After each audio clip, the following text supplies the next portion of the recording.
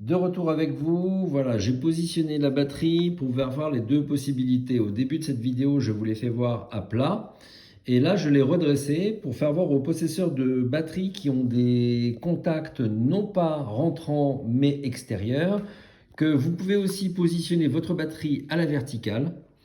Elle sera de toute façon retenue de chaque côté par, vous voyez, les petits tiroirs qui sont là et monter sur ressort et qui permettent de bloquer la batterie. Là, je l'ai mise en position verticale pour que vous voyez en fait, voilà, qu'elle peut charger aussi dans cette position-là. Et là, vous voyez l'écran et l'indicateur de charge ainsi que de tension, c'est-à-dire qu'elle a bien repéré la batterie, son voltage, ainsi que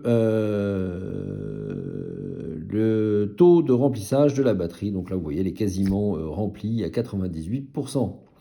Voilà, donc là, je me glisse sur le côté avec le téléphone pour vous faire voir, juste ici, voilà, qu'elle est bien à la verticale et que les contacts, donc voilà, sont bien sur le plus et le moins de la batterie. C'est ça qui est important. Et si vous avez des contacts à plat, quand vous allez redresser votre batterie, ce qui est intéressant, c'est que, vous voyez, regardez, voilà.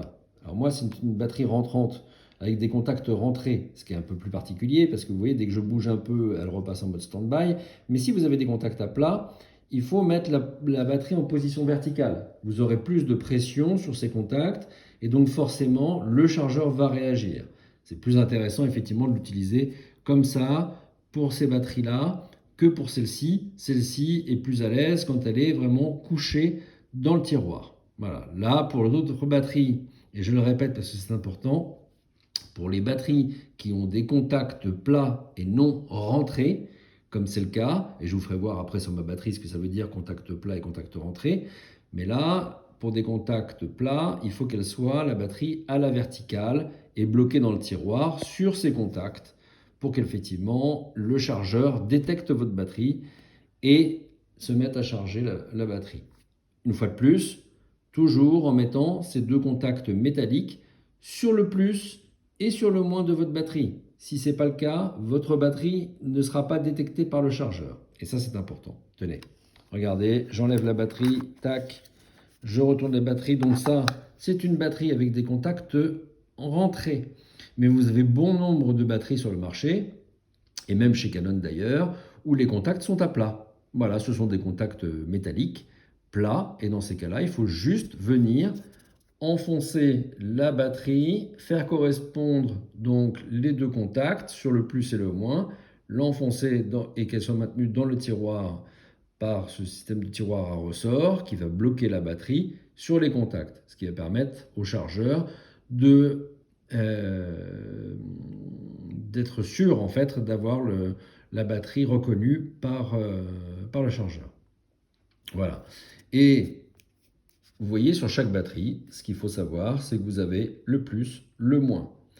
Et même si vous avez d'autres contacts, ce qui est le cas ici, ce sont d'autres contacts qui sont utilisés par l'appareil photo, le caméscope, le téléphone, qui permettent d'avoir d'autres informations. Le plus et le moins, c'est ce qui va permettre de charger une batterie, et c'est bien ça le plus important à retenir, c'est que les contacts qui sont là, c'est-à-dire ces deux petits contacts, voilà, je les fais ressortir à nouveau, vous voyez, les contacts qui sont là, ce sont ces contacts-là qu'il faut mettre sur le plus et sur le moins.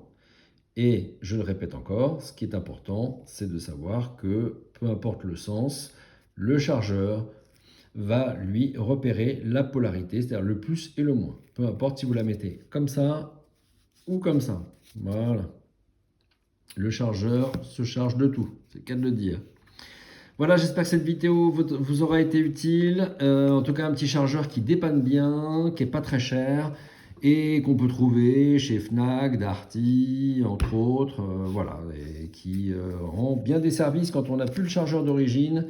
Et souvent, en fait, les marques vendent des chargeurs assez hors de prix, donc celui-ci dépanne bien. Merci pour votre attention, à bientôt.